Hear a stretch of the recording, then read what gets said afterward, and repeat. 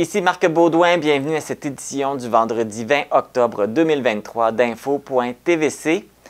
Le service incendie et la MRC de la Matapédia ont produit le guide de prévention des incendies et sécurité civile. Ce guide se veut être une ressource d'information pour vous indiquer les marches à suivre en cas d'incendie et toute autre situation d'urgence, entre autres comment faire la réanimation cardio-respiratoire. On retrouve également des conseils de prévention sur des aspects qu'on ne pense pas tout le temps procéder à une vérification. Il y a également des conseils de comment se préparer à différentes catastrophes. Alors, surveillez, il vous sera distribué sous peu par la poste. Débutons maintenant avec le segment des actualités. Voici les actualités matapédiennes du 20 octobre 2023.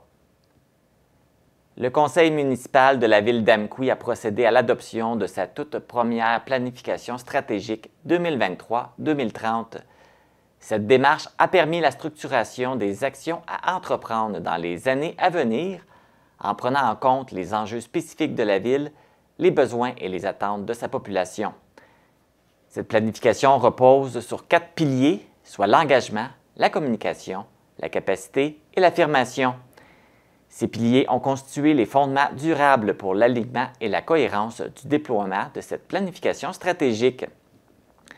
Le processus a été amorcé à l'été 2022 et est le fruit d'une démarche rigoureuse réalisée avec la collaboration des élus municipaux, des partenaires, des entreprises du territoire et la participation de 971 citoyens et 38 employés par voie de sondage et de rencontres de groupe. Le Centre intégré de santé et de services sociaux du Bas-Saint-Laurent exige à nouveau le port du masque de procédure dans ses centres hospitaliers pour les usagers, les visiteurs, les proches aidants, les travailleurs et les médecins lors de soins et services à moins de 2 mètres.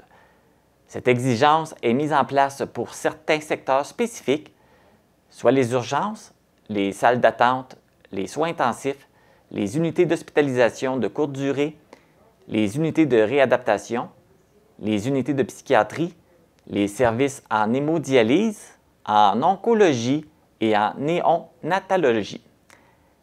Selon l'évolution de la situation épidémiologique, d'autres secteurs pourraient s'ajouter à cette liste. Cette mesure a été mise en place en raison d'une recrudescence des cas de COVID-19 dans les milieux de soins. Le CIS du Bas-Saint-Laurent demande la collaboration de tous et rappelle de respecter les consignes sanitaires. La 41e édition de la clinique juridique téléphonique se déroulera cette fin de semaine, les 21 et 22 octobre, de 9h à 16h.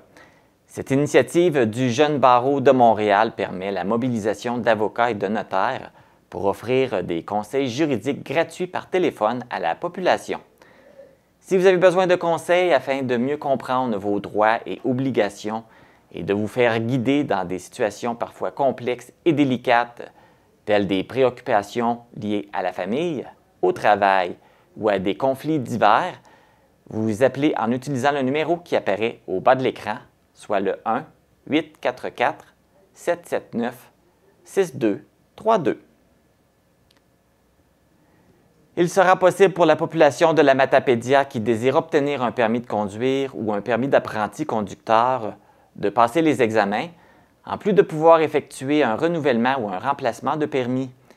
L'unité mobile de la Société de l'assurance automobile du Québec sera de passage à Amqui les mardis et mercredis 28 et 29 novembre de 10h à 12h30 et de 13h30 à 15h au Centre récréo-culturel.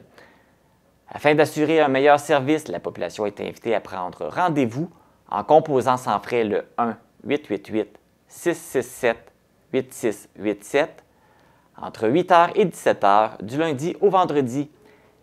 Une fois sur les lieux, ce sera aussi l'occasion de se créer un compte SAAQ Clic en compagnie d'un membre du personnel.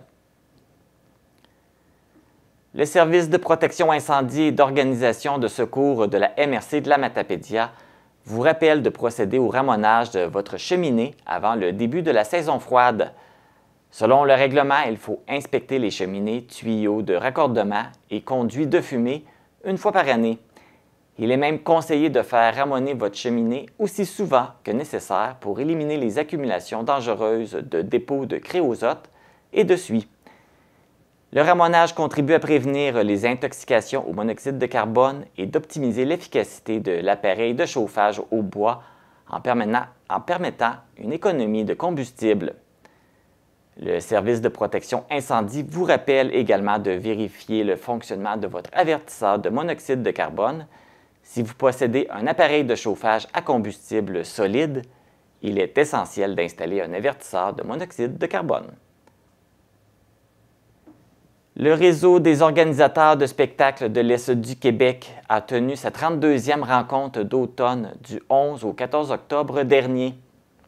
Lors du cocktail dînatoire de la soirée Gala de clôture, le Rosec a remis le prix Jeune public au diffuseur de spectacles Diffusion Mordicus.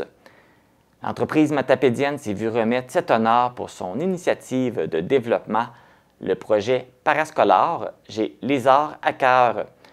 Ce projet vise à offrir aux jeunes de la petite enfance jusqu'au collégial des activités de médiation culturelle en lien avec diverses œuvres et disciplines artistiques directement dans leur milieu. Parascolar, J'ai les arts à cœur a été créé et dirigé par Karine Lévesque et supporté par l'équipe de Diffusion Mordicus, salle Jean Cossette. Voici maintenant les actualités sportives. Le club de natation Nataqui était l'hôte de la compétition de natation première régionale de l'Est du Québec le 14 octobre dernier. Au total, c'est 8 équipes qui ont participé à cette compétition pour 143 nageurs et nageuses. Le club d'Amqui a bien tiré son épingle du jeu en récoltant 2 médailles d'or et 6 médailles de bronze. Théo Legendre a gagné une médaille d'or aux 50 mètres libres et une médaille de bronze aux 100 mètres libres. La seconde médaille d'or fut remportée par Mia-Jade Caron aux 200 mètres libres. De son côté, May Berthelet est montée à 2 reprises sur la 3e marche du podium aux 50 mètres libres et aux 100 mètres d'eau. Les 3 autres médailles de bronze ont été gagnées par Constance Damour aux 100 mètres brasse, par Béatrice Lévesque aux 50 mètres d'eau et Nora Duhamel aux 200 mètres 4 nages. Félicitations à nos athlètes matapédiens. C'est ce qui complète les actualités matapédiennes.